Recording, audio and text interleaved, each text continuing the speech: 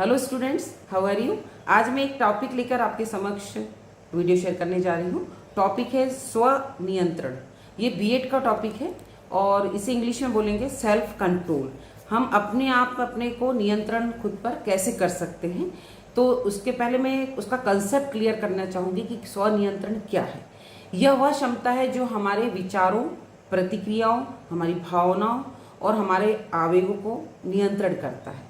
तो ये होता है स्वनियंत्रण। तो स्वनियंत्रण कितने प्रकार का होता है, इसके प्रकार हम जानेंगे कि कौन कौन से तरह से हम स्वनियंत्रण कर सकते हैं हमारे ऊपर। तो पहला है आवेग पर नियंत्रण।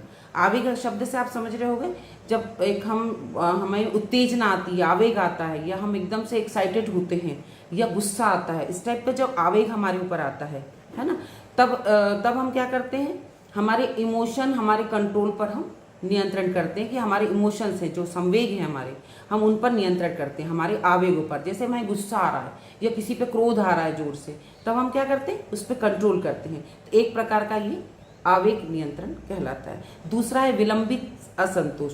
विलंबित असंतोष क्या होता है, जैसे वर्तमान में जो हम कर रहे हैं कार्य, उस कार्य को लेकर के हमको भविष्य की चिंता करना। जैसे कि मुझे आज अभी टीवी देखना है, तो टीवी देखना है, लेकिन मेरे को टीवी को मैंने नहीं देखा और मैंने भविष्य के लिए जो अगर मुझे कोई पढ़ाई करनी है, कोई एग्ज़ाम देनी है, मान लो अभी नेट की एग्ज़ाम चलेगी, 25 से नेट की एग्ज़ाम देनी है, तो मैं उसकी प्रिपरेशन करूं, मैं भविष्य की चिंता करूं, वर्तमान को मैं ड्रॉप कर दूं। ये होता है विलंबित असंतोष, है ना।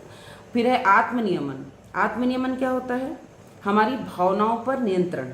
हमारी जो भावनाएं होती हैं, भावनाएं कोई भी हो सकती हैं, सुख की, दुख की, किसी प्रकार की भावनाएं भी हो सकती हैं। हमारे विचार भी हो सकते हैं, हमारे व्यवहार भी होते हैं, हमारे नैतिक मानक भी होते हैं। तो हमारी भावनाओं पर जब हम कंट्रोल करते हैं तो ये आत्मनियमन में आ जाता है। फिर संज्ञानात्मक नियंत्रण। संज्ञान शब्द से आप समझ रहे हो, भटकने से रोकता है। हमारा ध्यान के भटकता है ना, इधर उधर जाता है, हमारा ध्यान एकाग्रित नहीं रहता। जब हम पढ़ते भी रहते हैं तो हमारा ध्यान कहीं घूमता रहता है। देखिएगा, अगर आप पढ़ रहे हैं या पूजा कर रहे हैं तो हमारा ध्यान, मन चलता रहता है कहीं। तो ध्यान केंद्रण जो करना है, तो ये होता है संज्ञानात्मक नियंत्रण। नेक्स्ट है आपका प्रेरणा नियंत्रण। प्रेरणा शब्द से आप समझ रहे हैं कि अंदर की प्रेरणा को बनाए रखना है। जो हमारे अंदर प्रेरणा है, मोटिवेशन है, उसको हम बरकरार रखें। तो उसको बरकरार रखने का मतलब होता है कि जो राइट वर्क है, जो सही काम है, उनको करना। जो हमें लग रहा है कि ये बेस्ट वर्क है, तो बेस्ट वर्क करना, जो बेस्ट नहीं है उसको हम पर कंट्रोल करना। फिर है नैतिक स्वनियंत्रण। नैतिक स्वनियंत्रण, मॉरल से आप समझ रहे हैं कि मॉरल में हम अच्छे और बुरे की पहचान करते हैं। तब हम जो गलत काम है, गलत कार्यों पर रोक लगाना है, मतलब गलत कार्य नहीं करना, जो राइट वर्क है उनको करना।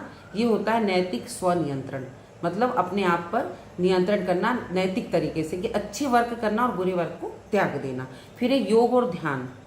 तो ये एक टाइप है स्वनियंत्रण का, कि हम ध्यान द्वारा, योग द्वारा, प्राणायाम द्वारा हम अपने स्वनियंत्रण कर सकते हैं।